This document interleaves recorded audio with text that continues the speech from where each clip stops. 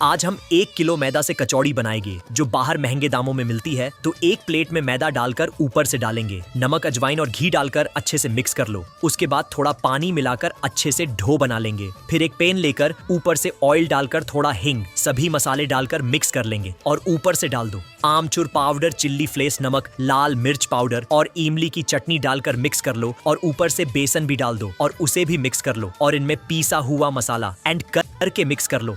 हमने डो बनाया था उसकी छोटी छोटी लूरी बनाकर उसमें मसाला भरकर अच्छे से प्याक कर लो और गरम तेल में सभी डालकर फ्राई कर लो। बन गया हमारा स्वादिष्ट कचौड़ी।